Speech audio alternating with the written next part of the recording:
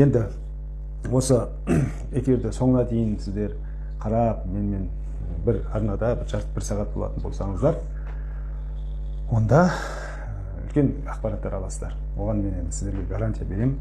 Енді сіздердің шақырып отырған вышестоящийлеріңіз, мен ол кісімен жақын арада танысқанмын. Біз бір-бірімізді жақын арада таныстық, осы онлайн жүйесінде, осы бір курста бірге оқығанбыз. Өте жақын араласып кеттік. Кеше енді сіздердің сол кісінің сұрауымен мен сіздердің эфирлеріңе кіріп отырмын. Жақсы, онда мен өзімді таныстыра берейін. Біраз адамдар жиналып қалды, 8 адам. Эфир сақталады, ешқандай не переживайте. Енді мен өзімді таныстырып жіберейін. Менің есімім Серік Асылұлы.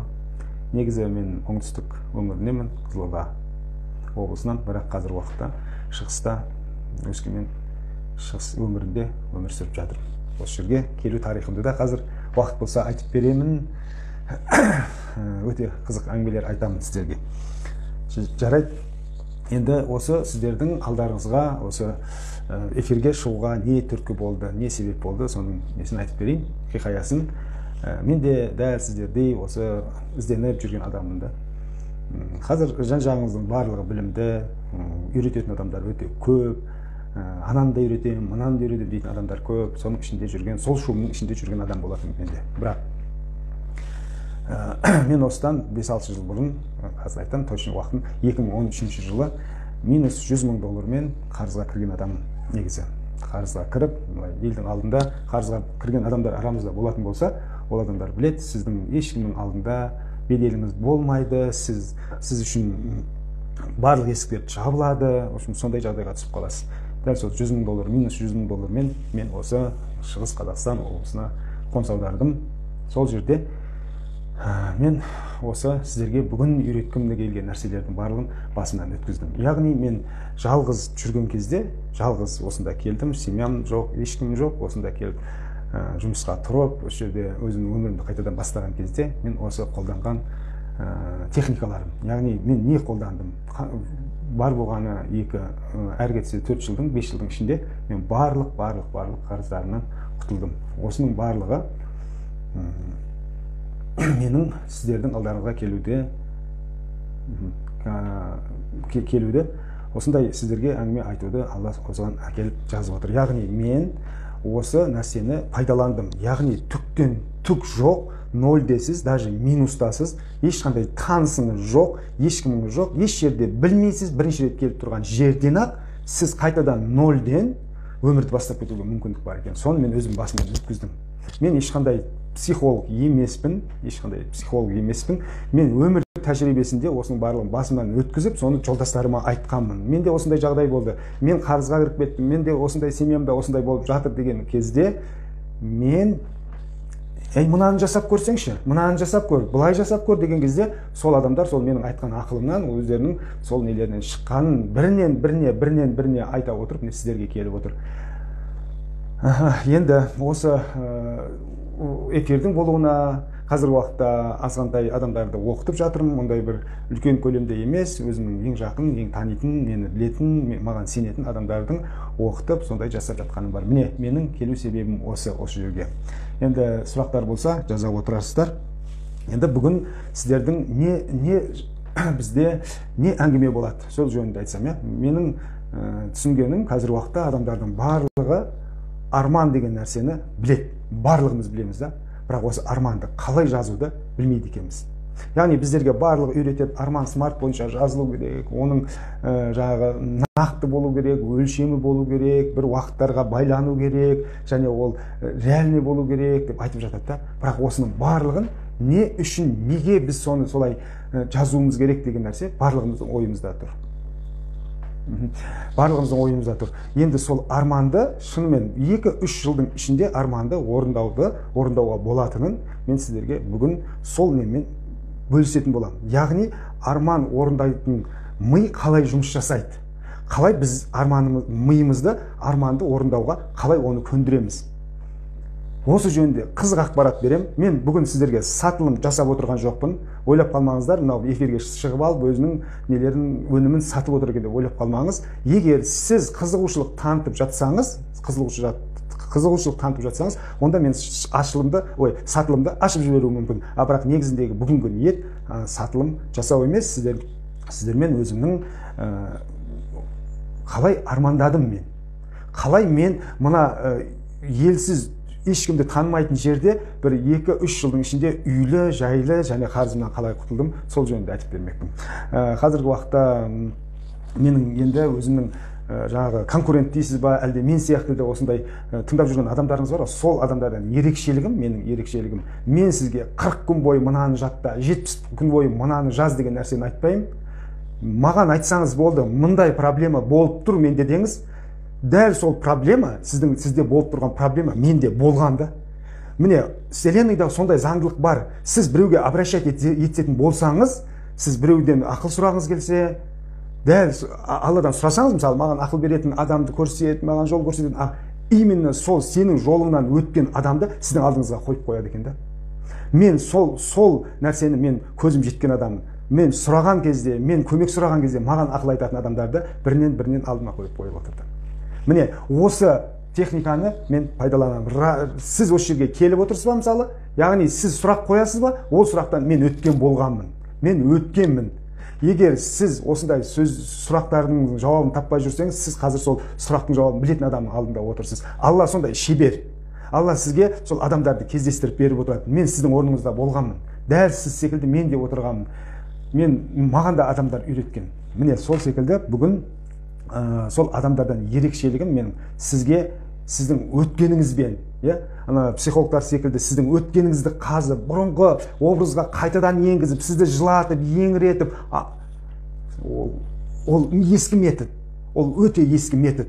Ол ескі метод қазір бәрі біліп алған. Ой, анау қазір жылатады, өйтеді, бүйтеді, су ішкізеді, немесе кружкаға жаңағы неңді құйғызады деген секілді тәсілдердің барлығын қолданып адамдардың бәрі жаттанды.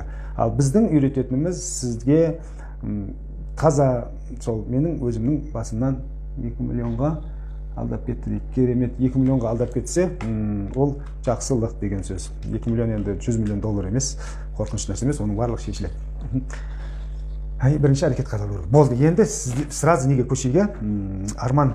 В общем, арман не үшін керек бізге? Сіздер сетевиксіздер, барлық сіздерді таныстырған кісі, маған таныстырып отырған кісі, өте мықты кісі, мен өте ол кісіні қатты құрметтеймін, бақытты. Ол кісімен біз көптен бері сөйлесіп тұрамыз. Былай чатта сөйлесеміз, нелерде кездесетін жерлерде жақсы. Енді мен сіздерге айтайын, арман не үшін керек? Мысалы, арман деген нәрсеге көбіне мына сетевой маркетингте жұмыс істеген адамдар байланады. Негізі сетевой маркетингте жұмыс істейтін адамдарды мен қатты құрметтеймін, өйткені олар арманына сенетін адамдар болып келеді. Мынау айлықпен жұмыс жасайтын адамдар, ол айлықтың алынатынын біледі, айлықтың үнемі беріліп отыратынын біледі, и сонымен жүре береді, олар армандамайды. Армандауға оларда желание де жоқ, өйткені ол күнделікті келіп отырады. Ал мынау сетевой маркетингте жұмыс істеген адамдарға бірінші кезекте арман өте қажет. Сондықтан мен қазір сіздерге осы арман жөнінде кішкене айтайын. Енді мен қызықты қараңыздар, мынадай жағдайлар болады сіздерде. Бір нәрсені айтып қаласыз, айтқан бойдан армандарыңыз орындалып кетіп жатады. Бір армандарыңыз айтқан бойдан немесе жасаған бойдан орындалып кетеді, а бір армандарыңыз сіздің ұзақ уақытта кетіп қалады да. Осыны біз кездейсоқ деп ойлаймыз ба, әлде заңдылық деп ойлаймыз ба? Көп адамдар оны кездейсоқтық деп қарайды екен да, а шын мәнінде бұл заңдылық екен. Мына мидың жұмыс істеп тұрған, бұл мынадай жүйемен жұмыс істеп тұрған ми болатын болса, соның ішіне түсіп кететін армандар екен да. Мынадай айналып жатқан конвейер болатын болса, сол конвейерге түсіп кететін армандар сол моментте орындалып кетеді екен. Қазір мен сіздерге осы арманның қалай тез орындалып кетеді, немесе қалай ұзақ уақыт жүріп қалатын сіздерге қолымнан келгенше сіздерге көрсетіп беруге тырысам. Қазір менің артымда тақта тұр, жақсылап жазып алуға, немесе зейін қойып тыңдауға тырысыңыздар. Зейін қойып тырысыңыздар, мен қолымнан келгенше қазір сіздерге түсіндіріп берейін. Бұл ақпаратты сіздер еш жерде естіген жоқсыздар. Ешқандай, мен өзім электрикпін, энергетикпін, энергияға, неге, физикаға өте жақын адаммын. Физиканың тілімен, осы техниканың тілімен сіздерге барлығын жас бала, бір 4-5 жасар балаға түсінікті тілмен сіздерге түсіндіріп беруге тырысамын. Барлық зейіндеріңізді салып, тақтаға мән беріп отырыңыздар. Жақсы, кеттік. Міне, сіздер мынаны білесіздер, жақсы білесіздер. Компьютерде оперативный память деген бар. Опер память деген бар. Оны жақсы білесіздер, көрініп тұр ғой, оперативный память. Оны барлығыңыз білесіз. Оперативный память деген нәрсе, бұл оперативный память біздің қазіргі ойлап отырған нәрсеміз. Біз қазір оперативный памятпен жұмыс істеп отырмыз. Біз қазір болып жатқан нәрсенің барлығы біздің оперативный памятімізде болады. Біз ұйықтаған кезде бір демалып тұрсақ, бәрі ұмытылып отырады, өшіріліп отырады. Дәл сол оперативный памяттен басталады. Оперативный памяттің ішінде кэш память дегендер болады. Оны сіздер компьютерден жақсы білесіздер. Кэш память.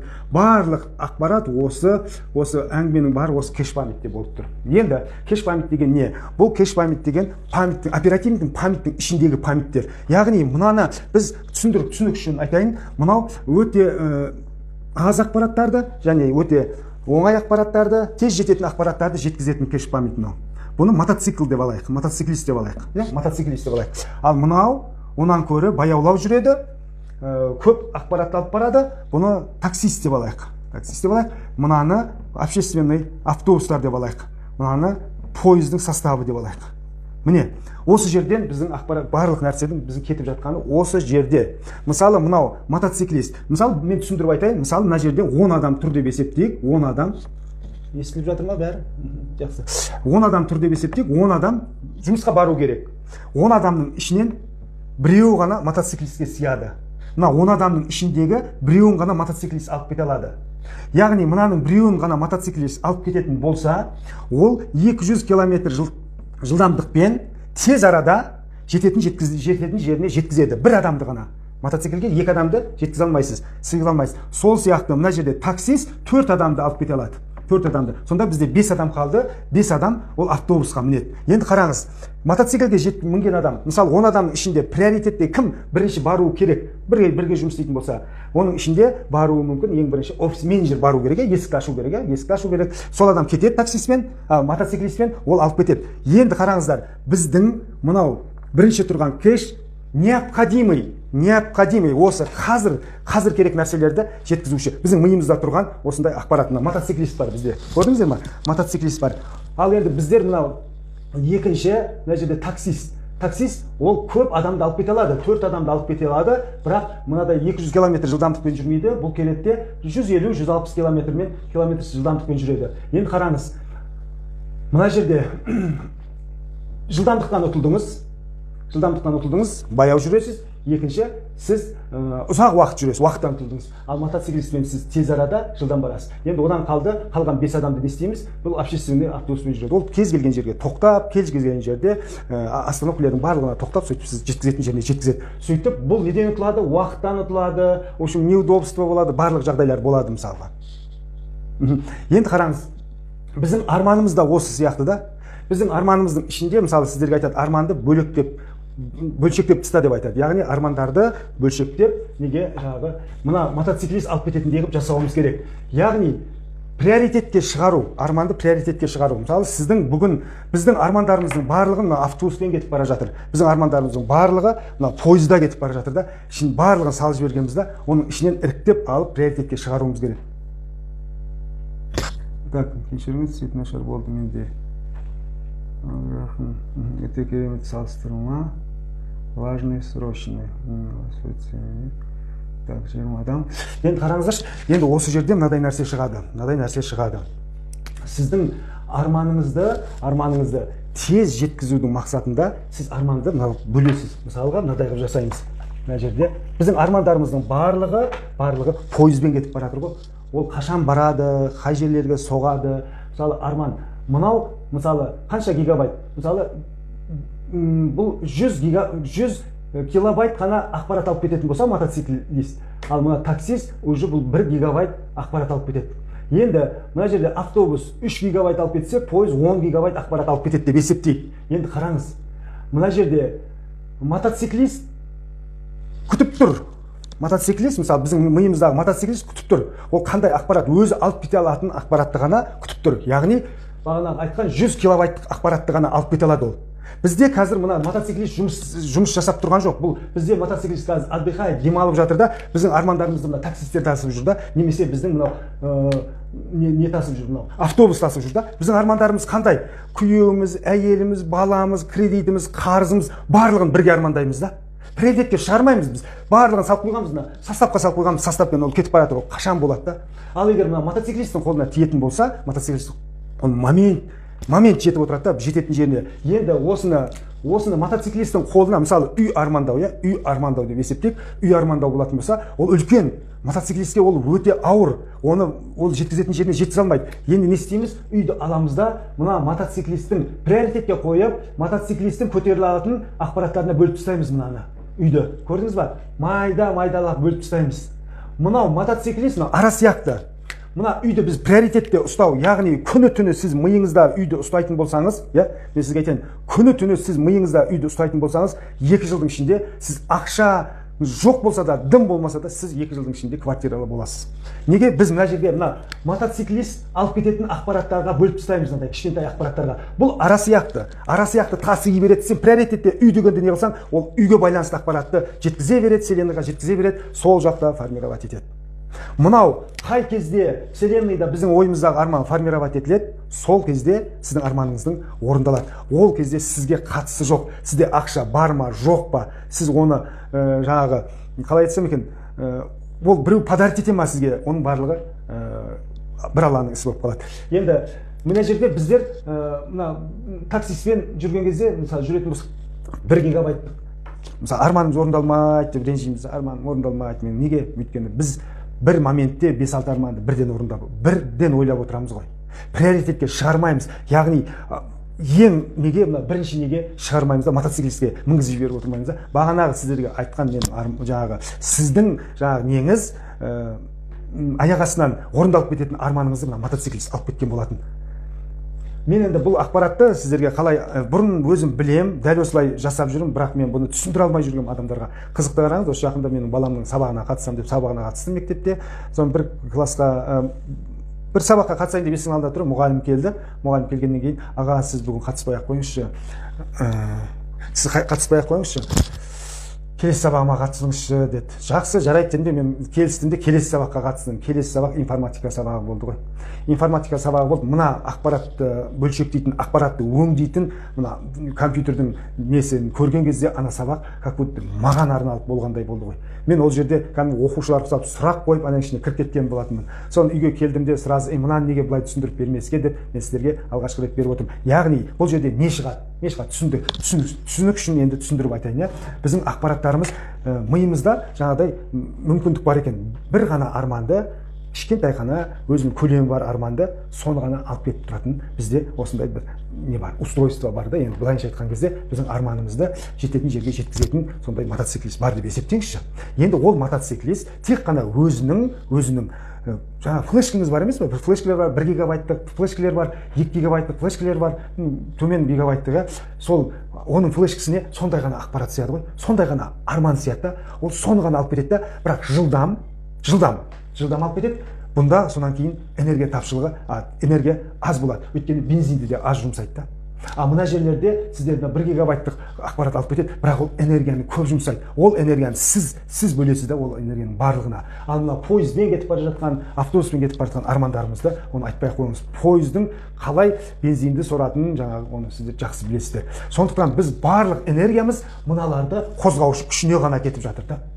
Ал енді сіздер мына мотоциклистпен жұмыс жасайтын болсаңыздар, оған тек бересіз, жеткізеді. Спрос сіз өзіңіз жасап отырасыз мотоциклистке. Бұның берудің жолдары қалай? Әрине мен қазір сізге түсініксіз тілде айтып отырған шығармын, Классное сравнение, впервые слышу. Сақталады. Көрдіңіздер ме? Енді қараңыздаршы. Енді біздердің арманымыз неге орындалмай жатыр деген сұраққа жауап іздесеңіздер, оп-оңай. Біз барлық энергияны составқа салып қойдық, арманымыздың барлығын составпен кетіп баратыр. Анау Өскеменнен шыққан пойыз кетіп баратыр Астанаға қарай, ол Павлодарға да тоқтайды, Екібастұзға да тоқтайды, Ерейментауға да тоқтайды, анда тоқтайды, мында тоқтайды. Қаншама энергия кетіп жатыр да, сол пойызды сүйреткендей біздің неміз сүйретіп баратырмыз да. Анау мотоциклистпен дос болуымыз керек та, мотоциклистпен дос болатын болсақ, сық бердің, анау жеткізіп беріп отырды. Оның жұмысы өзіне керекті ақпаратты берсеңіз болды, оны ұшырып апарып жеткізіп отырады. Энергияны аз жұмсайсыз. Біріншіден, энергия кетпейді. Энергия кетпейді мотоциклистке. Яғни шығын кетпейді. Екіншіден, тез алып барады. жылдам алып барады және тура жолдармен алып барады. Ол жаңағы остановкалерге тоқтап жолдармен жүрмейді. Міне осыны басқарған кезде сіз армандарыңызды уже сіз қолыңызға ұстай бастайсыз. Мен өзім немде үйрететінім осы армандарды керек емес. Қазір мысалы көптеген мына нелерге кірсеңіз, интернетке кірсеңіз, сіздің интернетте ловушка, жан-жағыңызда толып тұрған ловушкаларды барлығы 3 күнде мынаны жасайын, 4 күнде мынаны жасайын, осында кел, 5 баласы бар әйел мынаны жасап тастаған, 10 баласы бар әйел мынаны жасап тастаған деген кезде менің ойыма ой келеді де, 5 баласы бар әйел жасағанда неге мен жасамайын деймін де, барамын да ловушкаға кіремін да. Ловушкаға түсем да, міне сіз ловушка. Қазір барлық мынау сізге не көрсетіп отырған адамдардың барлығы сізге ловушка құрып отыр да. Оның ловушкаға түскеніңізді былай анықтайсыз. Сіз үйге келдіңіз, жарайды, жаңағы қызылды жасылды жарқыраған музыка, жаңағыдай осындай керемет бір-біріне мақтау сөздер, анау бір-біріне қолапаштау нелер бәрі болып жатыр да. Жақсы, тыңдаңыз.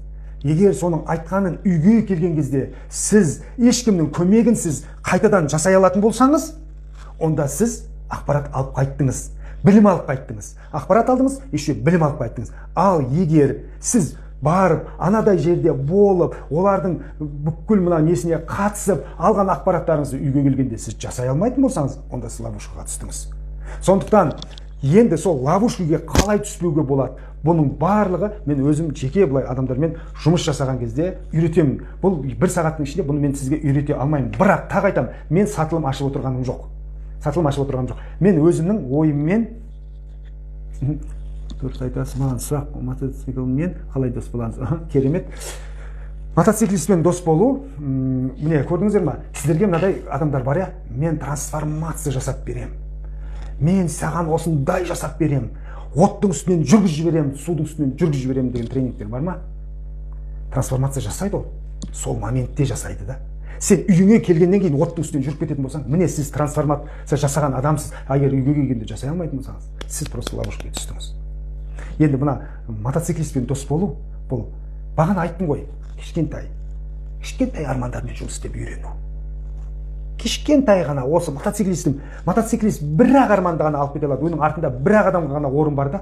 Оған жарайды, мотоциклистке біз 2 адамды мінгізуімізге болады. 2 адамды мінгізетін болсақ, мотоциклист сондай умный да мотоциклист. Көре ма? Анау көтере алмай ма 2 адамды? Оның біреуін алмайды. Екеуін де таксистке лақтырып жібереді. Екеуі де кетіп қалады да. 2 арманды сіз мотоциклистке мінгізетін болсаңыз, 2 арманды алып кетпейді ол. Ол бір-ақ арманды алып кетеді. Ал егер сіз 2 арман беріп, ол көтере алмайтын болса, онда таксистке айтады, "Мына сен алып кете берші, маған сыймайды екен" дейді. Сразу сондай сол немен жұмыс жасайды да. Сондықтан ана мотоциклисттің алып кететін арманын, мотоциклисттің алып кететін информациясын ғана біз беруіміз керек. Сол кезде сіз арманыңызды ақырындап орындай бастайсыз. Яғни бір ғана мен бүгін сіздерге үлкен ақпарат беріп отырмын. Түсінсеңіздер, дәл осыны үйлеріңізде жасаңыздар.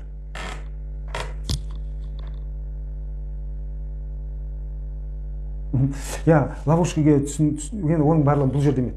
Қарындасым, мен сізге сразу 2-20 күн емес, 1 айға болу.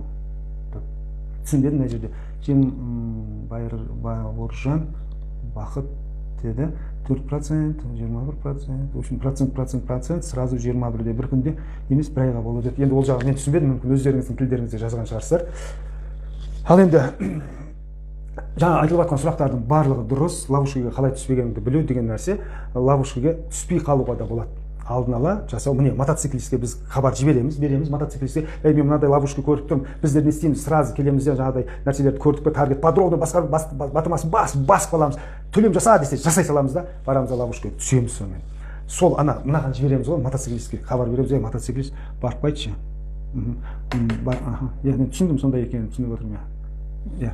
Сондай екенін түсініп жатырмын. Сіздердің де бизнестеріңіздің презентациясын бәрін көріп шықтым, керемет бизнестеріңіз. Егер оны сіздер осы мына техникамен жасайтын болсаңыздар, жердің бетінде дұрыс емес бизнес. Барлығы дұрыс. Тек оны дұрыс жасай алмайтын біздер ғана.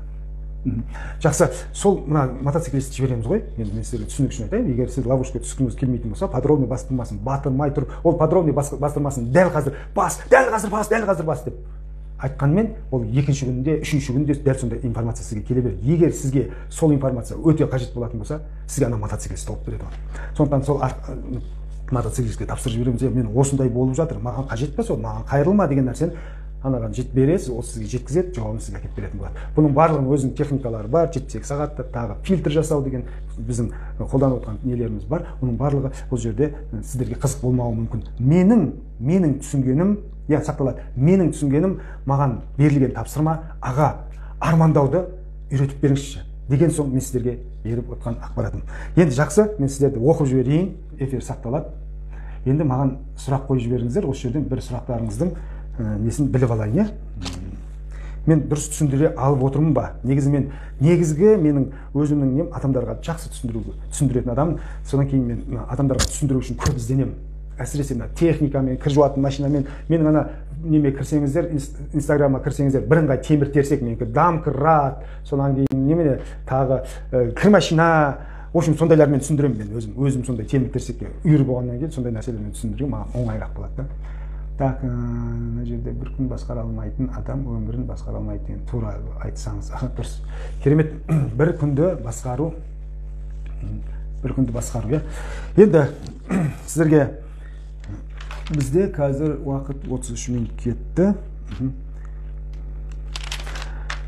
Так, өте нақты. Мен мына жерде барлығы түсініп отырған сияқты, мен өйткені бұны өзімнің 10 жасар балама түсіндірген кезімде, ол маған айтқаны, әке, сонда мен армандау үшін азғантай ақпараттан беруім керек екен ғой деп айтқан болатын. Қарыздан қалай құтыламыз? Қарыздан құтылу. Енді қарыздан құтылу деген нәрседің өзінің ішінде көп деген нәрселер бар. Мысалы, қарыздан құтылған кезде ол қарызға сіз қалай баттыңыз? Примерно былай білу керек те, жобасын білуіміз керек та. Мысалы, мен қарызға кірдім. Мысалы, мен дұрыс жұмыс жасай алмай кірдім. Біреудің алдауынан несіне түскен жоқпын. Өзімнің былайша дұрыс не жасай алмағанмын. Парақшаны жазып кетсеңіз қандай. Парақшам жазып жіберейін. СА нижний прочерк Төлегенов болады.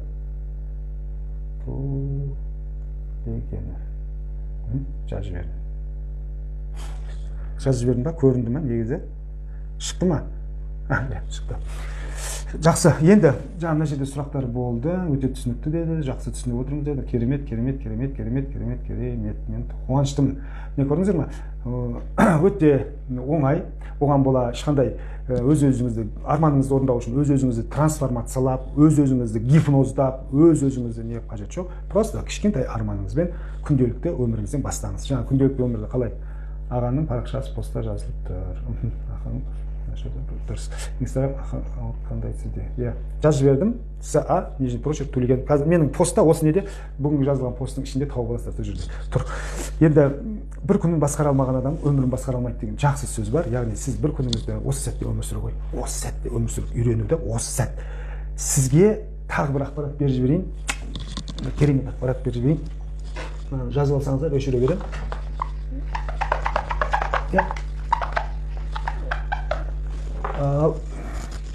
Енді көп адам мынаумен өмір сүреді. Сіздер құм сағатты білесіздер. Құм сағат деген бар ғой. Былай төңкеріп қойсаңыз, былай құмағат, төңкеріп қойсаңыз, былай құмағат, сондай құм сағат бар. Сіз өзіңізді осы құм сағатпын деп есептесеңіз, сіз жақсы түсінесіз. Мынау құм сағаттың мына бетінде құм тұрады. Мына жерден төмен түсіп тұрады былай. Сызықтап түсіп тұрады да. Енді мынау біздің өмірімізде, мына құм сағатты біздің өміріміз деп алыңызшы. Біздің өміріміз, толық өміріміз осы құм сағат. Құм сағаттың мына бетіндегі біздің қалған өміріміз мынау ағып жатқан. Мынау түсіп жатқан біздің өткен өміріміз да. Ал біз осы сәт деген, осы сәтпен өмір сүру деген сөз. Осы сәтпен. Міне мына жерде сіз мына жерде ғана отырсыз. Мына жерде сіз отырсыз, міне мен тұрмын мына жерде, міне. Көрдіңіз бе? Міне мына жерде тұрмын. Мен осы сәтке ғана жауап бере аламын да. Болды. Осы сәт. Осы сәт деген міне осы сәт, міне осы сәт. Міне қазір міне дәл осы кезде менің құмым ағып жатса, мен сол ағайын деп тұрған құмға ғана менің нем жетеді. Түскелі тұрған құмға ғана менің құдіретім жетеді. Сол моментті пайдаланып, мына мотоциклистпен дос болсаңыз болды, сол түсейін деп тұрған нәрсе дұрыс болып түседі ғой.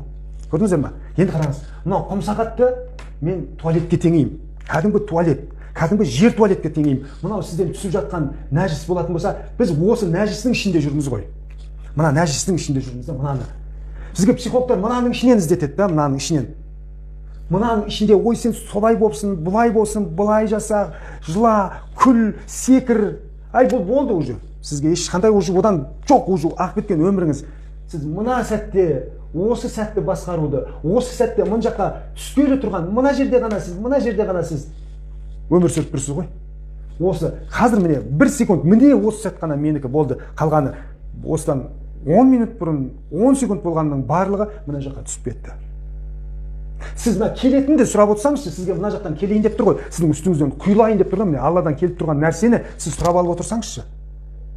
Сіз осы сәтте отырып сұрайсыз оны. Өткен жағдайда емес, өткен сәтте емес. Мына қарызға кірген адамдар мынаумен өмір сүреді, міне. Мынаумен өмір сүреді. Мен мынаумен өмір сүрген жоқпын. Мен өзімнің өмірімде қатты жапа шеккен кезім осы қарыз болған кезім. Қарыз болған кезде жақсы жағынан қараңыз, қарыз болу өте жақсы нәрсе. Мен үшін қарыз болу ең керемет нәрсе. Өйткені мен қарыз болу арқылы бүкіл туған, туысқан, таныс, құда, жекжаттардың барлығының маскасын шешіп көрдім. Мен шешкен жоқпын, өздері шешіп берді. Кім екендерін айтып берді. Мен қарыз болған кезде, мен жерде жатқан кезде, мен бомж болуға 1 саты қалғанда, 1 минут қалған кезде дейінгі жағдайда барлығы мені кімдер екенін көрсетті. Сізге айналаңда жүрген адамдардың кім екенін анықтап беретін қарыз болу. Қарыз болуды мен қатты құрметтеймін. Мен өзімнің кіммен өмір сүрдім, кіммен өмір сүрем, мен сол қарыз болу арқылы білдім. Менің жанымда 2 адам қалды. Қарыз болсаңдар, сіздерде де бар болған 1-2 адамыңыз ғана қалды. Қалғанның барлығы теріс айналды. Түгел, әке, шеше, бауыр, бәрі сізге басқаша көзқараспен қарайды. Сол кезде, бірақ Алла шебер, сіздің қасыңызға, сізге сенетін 2 адамды кемінде қалдырды. Сол 2 адамның айтқан сөзі арқылы сен талпынатын боласың. Менің қасымда 2 адам қалды. Әйелім қалды, досым Самат қалды. Болды. Осы 2-еу ғана серік сен жасайсың. Қолыңнан келеді. Осы сөзді сол 2-еуінен ғана естідім. Басқа бәрі айтты түгел. Болды. Сенде возможность жоқ. Так, дұрыс. Енді мен сіздерге бір сұрақ қойып жіберейін. Сіздерге жаңағы сұрақтар көп болып жатыр. Сіздерге сатылым ақша қалай қарайсыздар? Сатылғаны керек пе? Бұның барлығы мен курсымда, жеке курстарымда үйретемін. Бірақ мен сіздерге тегін беріп жатырмын қазір. Мынаны пайдаланыңыздаршы. Мынаны пайдалансаңыздар болды. Мына құм сағатты ұмытпаңыздар, мотоциклді ұмытпаңыздар. Сіздер любой жерде тесіп шығасыздар. Бірақ енді сіздер менің білесіздер, кез келген нәрседе көрсетіп отыратын руководитель болмаса, тағы да шектен шығып кете береміз. А егер сіздерде желание болып, сондай оқимын десеңіздер, мен бұның барлығын ашып сіздің қолыңызға барлығын айтып беремін. Егер сатылым аш десеңіз, сіз сатылым алдағы уақытта менің сабақтарымда не аласыз, қалай, сіз не қажетті нәрсеңізді ала аласыз, барлығын айтып беремін. Ал егер сатылым керек демесеңіздер, онда біз осыны жалғастырамыз. Қазір уақытымыз 20 минуттан кейін бітеді. Көп ақша табамын, бірақ қарызым көбейіп кетті дейді. Жақсы. Көп ақша табасыз, бірақ қарызыңыз көп. Мынадай жағдайлар болады да, көп ақша табады, бірақ ақшасын иемдене алмайтын адамдар болады да. Жұмсап жібере береді. Қайда кетіп қалғанын өзі білмей. Сондайды естідім, бірақ ақшаны көп табамын, қарыз боламын дегенді мен сәл түсінбей отырмын. Ақшаны көп тапқан адам қарыз болмайды ғой негізінде. Қарыздарын жауып тастамай ма? Бірден. А егер қарызымызды жаппасақ, онда бізде басқа бір проблемалар болып тұр ғой. Мен осы сұрақты түсінбей қалдым. Ақшаны көп табамын, көп ақша табамын, бірақ қарызым көбейіп кетті. Мынадай сұрақ болса түсінер едім. Ақшаны көп табамын, бірақ қайда кетіп жатқанын білмеймін десе, мен түсінемін да, бірақ ақшаны көп тауып қарызға кіріп кететін адамды, қарызым көбейіп кетті дегенді мен түсіне алмай отырмын. Сұрақ түсіне алмадым негізінде. Жақсы, не қылып жатса жекеге жазып жіберерсіз, мен түсінбей отырсам. Басқа сұрақтар бар ма? Одан қалай шықтыңыз дейді, жазып отыру керек, қайда кеткенін.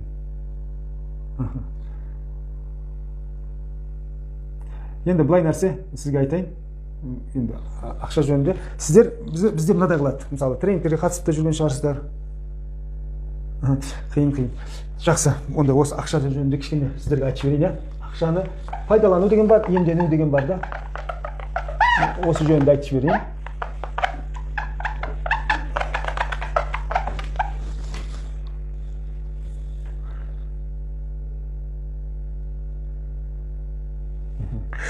Бір теңге ақша жұмсасаң, қарызға кіресің артық дейді. Жақсы. Былай ғой.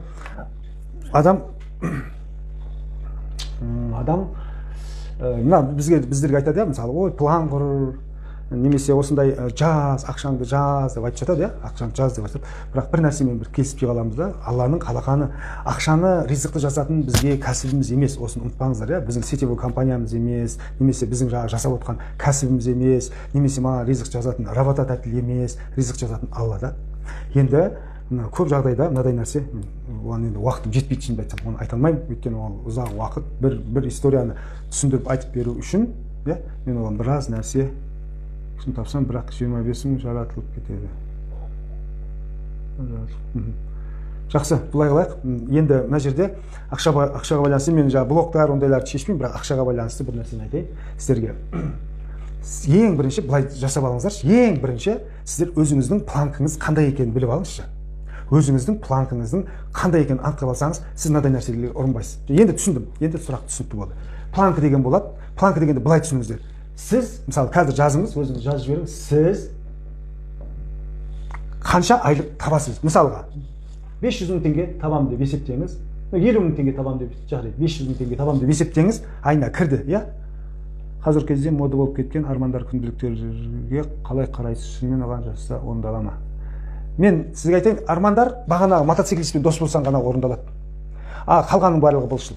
Егер сіз бірінші приоритетке ойыңызға, мысалы, осылай отырған кезде де, жатқан кезде, тұрған кезде де бір приоритет деген болады да, бірінші мотоциклисттің қолына керек арманыңызды беріп, бағана айттым ғой, үйді алатын болсаңыз, үйді мотоциклист көтеріле алатындай қылып бөлшектеп тастайсыз. Сол біртіндеп ара сияқты тасып, сіздің үйіңізді жеткізетін болады ана жаққа, түсіндіре алсам.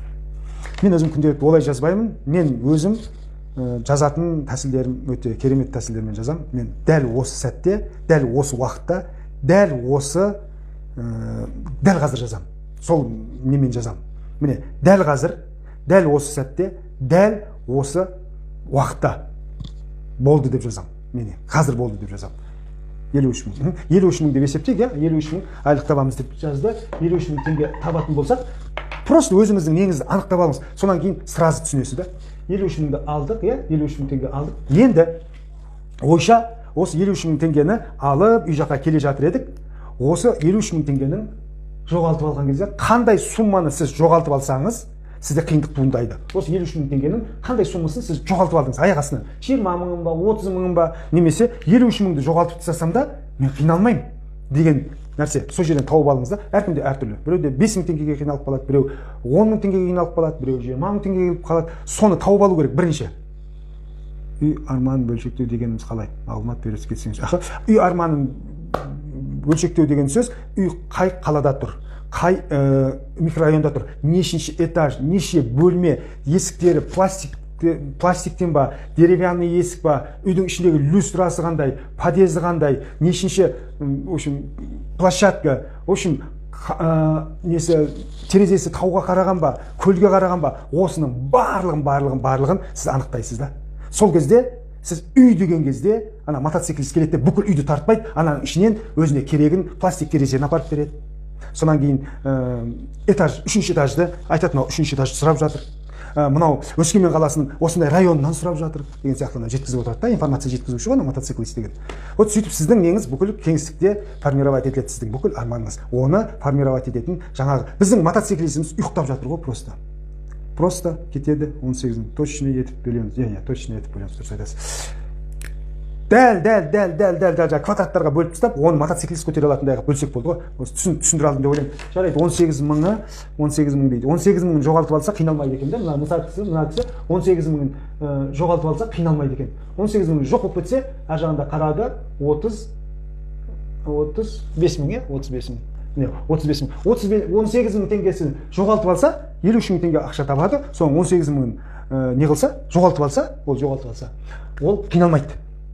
Міне, біздің планкамыз мынау. 18 мың теңгені аламыз, қалтамызға салып қоямыз. Ол сіз бар ма, жоқ па 18 мың теңге тұрады. Енді сол 18 мың теңгені көтере бересіз ғой, ақырын көтере бересіз. Бір рет салып қоясыз да, 2 мың қосып 20 мың қыласыз, 30 мың қыласыз. Сіздің кошелегіңізде тұрған ақша жоғалып қалған кезде қиналмайтын сумма сіздің неңізде болса, миыңыз қабылдайды, қиналмайды. Миллионға дейін жеткізіп қойыңыз ананы. Бірақ оны миллионға жеткен кредит алып, біреуден қарыз алып салып қою емес. Просто сіз постепенно жинау арқылы сіздің қалтаңызда миллион тұратын болса, ол миллион жоғалып қалса да, сіз 53 мың теңгемен кете бересіз ғой, мысалы. Солай емес пе? Дәл сондай нәрсеге жеткізген кезде, ол сіздің планыңыз болып есептеледі. Сол суммаға жеткен кезде сіздің миыңыз уже бағанағы 53 мың таппайды, ол табатын ақшаны сіздің қалтаңыздағы жоғалып қалса қиналмайтын суммаға теңестіреді ғой, әкеліп теңестіреді. Сол кезде барып сіз ақшаны ұстай аласыз, иемдене алатын боласыз. Түсіндіре алдым ба?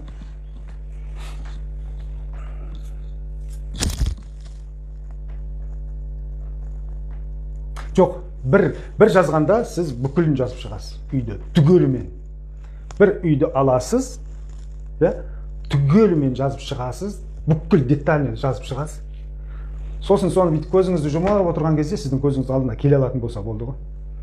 Сондай, ана жаз дегенге просто жазып, сіз кәдімгі сол состояниеде отырып жазуыңыз керек. Қандай үй керек сізге вообще? Приоритетке шығады ма сол? Сіз үйден шынымен сіз қиналып тұрсыз ба? Сіз мына отырған үйім, мына менің үйім, дәл сондай нәрсемен жазылған да. Дәл жаңағыдай нәрсемен жазылған.